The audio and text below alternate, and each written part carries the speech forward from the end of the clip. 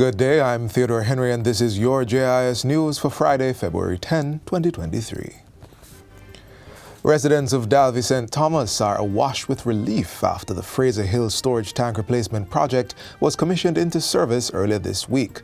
The glass fused to steel bolted tank, which has a storage capacity of 50,000 gallons, will provide water to approximately 4,500 residents. The $20 million facility is part of the capital works being carried out by the National Water Commission, NWC. Minister with responsibility for water, Senator Matthew Samuda, says every parish benefited from the NWC's capital works in 2022 and the same is planned for this year. When we looked at the capital works that will be announced in the Prime Minister's budget later this year, I can safely tell you that once again, not only will we be in every parish, but we'll be no more than 5 kilometers from almost every single township in Jamaica with capital works this year, a feat also that hasn't been achieved. What you're seeing is a bit of the renaissance for the National Water Commission. In the meantime, Prime Minister Andrew Holness has given instructions for a program to be developed with appropriate measures for the meteorological drought currently facing the country. That was revealed by Minister with responsibility for water, Senator Matthew Samuda, at the commissioning of the Fraser Hill storage tank replacement project. He says an announcement will be made in the coming weeks on the steps to be taken in response to the drought. The response will include national public education to ensure that everyone is on board. Our rainfall rather is down to the point where we classify it as meteorological drought. We're at the point where inflows are below outflows. So we're seeing depletion certainly in our major systems at a rate that we don't want to see. We're not going to wait until things are chronic in the way that we used to and take action after. Residents are being urged to conserve water and report leaks to the NWC. Government is a step closer to developing legislation for a robust social enterprise sector. Minister of State in the Ministry of Industry, Investment and Commerce, Dr. Norman Dunn, made the disclosure recently. We are now undertaking the prerequisite critical consultation with stakeholders to finalize the Cabinet submission, after which we will continue to robustly pursue the completion through the stages of the legislative process and its passage.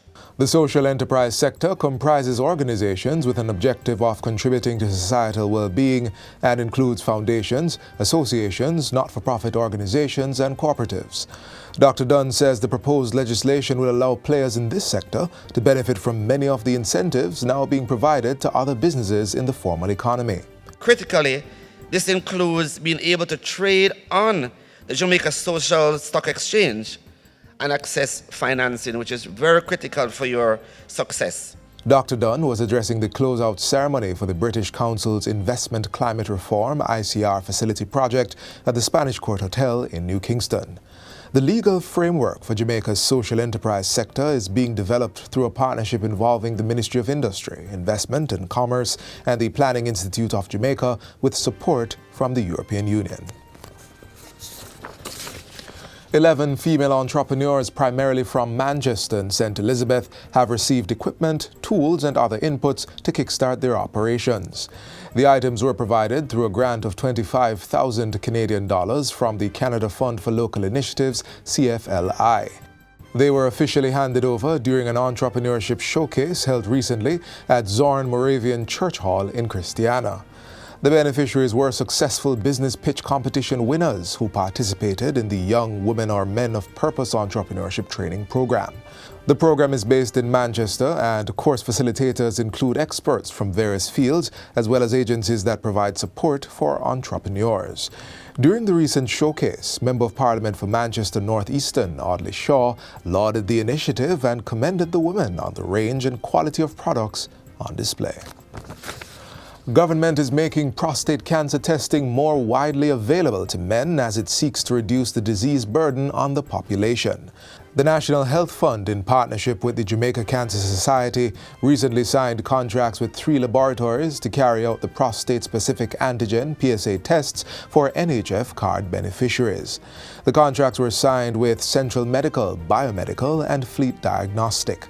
Pointing to the initiative's importance, Health and Wellness Minister Dr. Christopher Tufton says prostate cancer is the most commonly diagnosed cancer in Jamaican men and the low take-up of screening is a major risk factor. Most people discover it when it is too late because they do not screen. And so what the NHF is attempting to do, partnering with the Jamaica Cancer Society, is to offer to Jamaicans an option, an easy option, a free option. Once you have an NHF card, once you register with the NHF, as a man, you are entitled to do at least once a year a prostate exam. The prostate-specific antigen PSA test is a new addition to the NHF Individual Benefits Program through a $1,600 subsidy.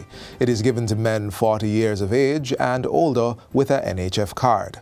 Approximately 1,500 Jamaican men are diagnosed with prostate cancer each year. And finally, Health Minister Dr. Christopher Tufton is urging lifestyle changes to prevent kidney disease in the face of treatment barriers. This is due to the large number of renal issues facing the population, which has resulted in less space and equipment for patients with kidney disease. Dr. Tufton made the appeal during a recent tour of the Katie Hu Hemodialysis Renal Unit at Spanish Town Hospital. I'm here not just to see the new developments and to encourage the staff, but also to make an appeal to the public around the lifestyle practices.